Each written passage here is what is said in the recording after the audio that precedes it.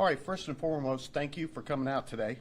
We're going to talk about a case that has been 3 years in the making. This is a long investigation.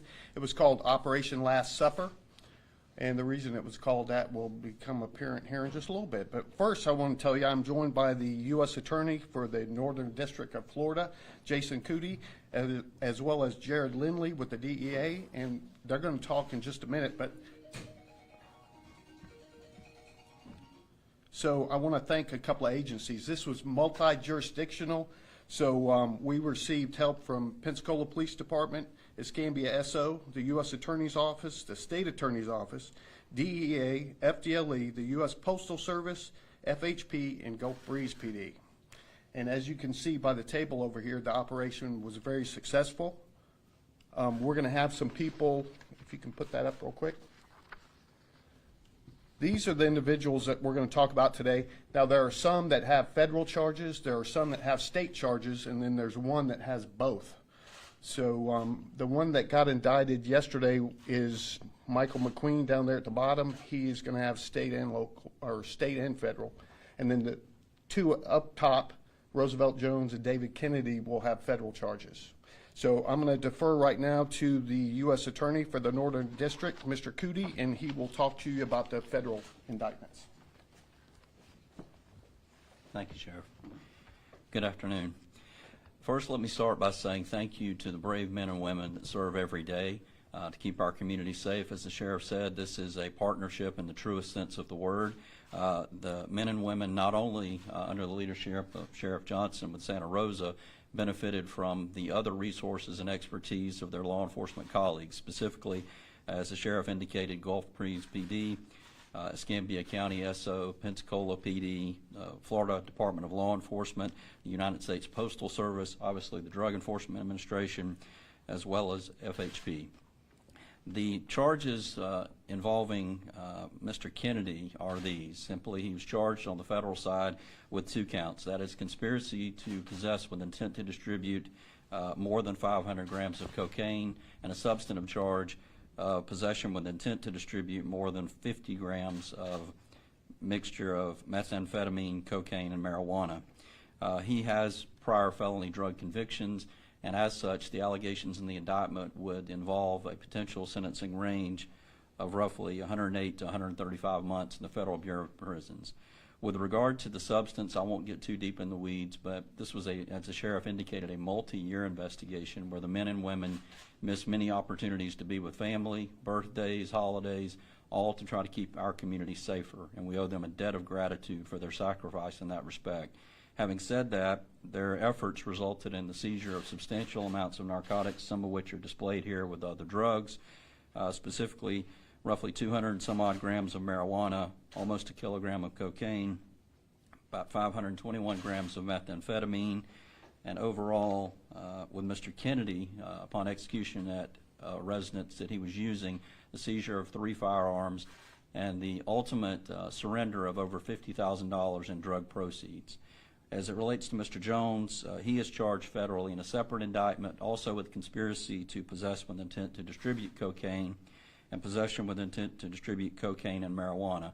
As the Sheriff indicated, he has a remarkable criminal history with over 8 prior drug felonies, and as such, under the federal sentencing scheme, if the allegations are proven, which we certainly anticipate they will be subject to what we refer to as an armed career criminal statute, resulting in a guideline range of 262 to 327 months in federal prison.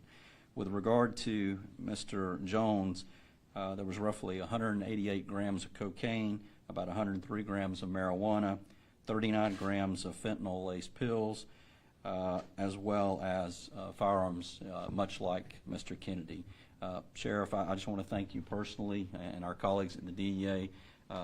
We could not do this work without the brave men and women in law enforcement sacrificing and making sure that our community is safe, as well as with our partners at the State Attorney's Office. As the Sheriff indicated, 3 of these defendants, Mr. McQueen was just indicted yesterday, and I don't have all the specifics in terms of guideline range, but he too will be facing charges federally as well as at the state level. So I thank our State Attorney, Ms. Ginger Madden, as well as the Sheriff, and Sheriff, I would defer back to you. And if you could put Preacher back up for me. So back when I was in narcotics in the 90s, he was a target for us. That's how long he's been selling dope in Santa Rosa County. So this dirtbag hopefully will go to prison and not get out anytime soon because we're tired of dealing with them. So, but with that, any questions? And it goes to show also with the firearms, these firearms in combination with the drugs, that's a dangerous combination. So, and this individual, I think back in 2017, was a victim of a home invasion where he was tied up and something was taken from him. Of course, we'll never know what, but violence accompanies these people on a regular basis. So we're glad to get them off the street.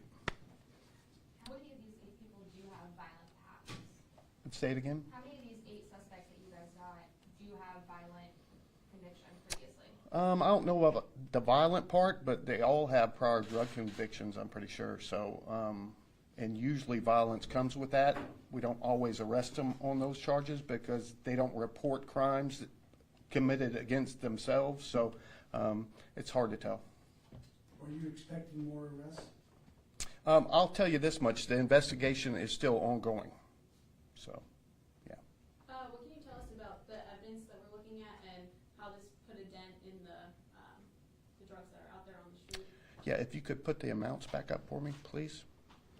So 5.6 kilos of cocaine, which is a lot, and then 67 grams of fentanyl, which everybody's heard the stories. One little speck of fentanyl can kill a human being. So that's a lot right there. And that's another thing, the narcotics guys and gals out there, they're dealing with this, they're seizing this stuff, and if they touch it, they can die from it. So they put their lives on the line every day. And then the methamphetamine, that's a normal thing for us, 521 grams, that's a lot. But then marijuana, and of course the THC edibles, which is really scary down at the end of the table because kids can get a hold of those. And the next thing you know, they can actually get really sick off those. But they're packaged for kids pretty much. So. Is it being sold kind of like throughout the entire county, or was this concentrated in like a specific part of the county? I think it's mostly up here in Milton, but I'm sure they branched out all over the county. Anything else? Y'all are being very kind today. Okay, well, thank y'all for coming. And if you want to get up close and get some pictures, you're more than welcome to as well. Thank you so much.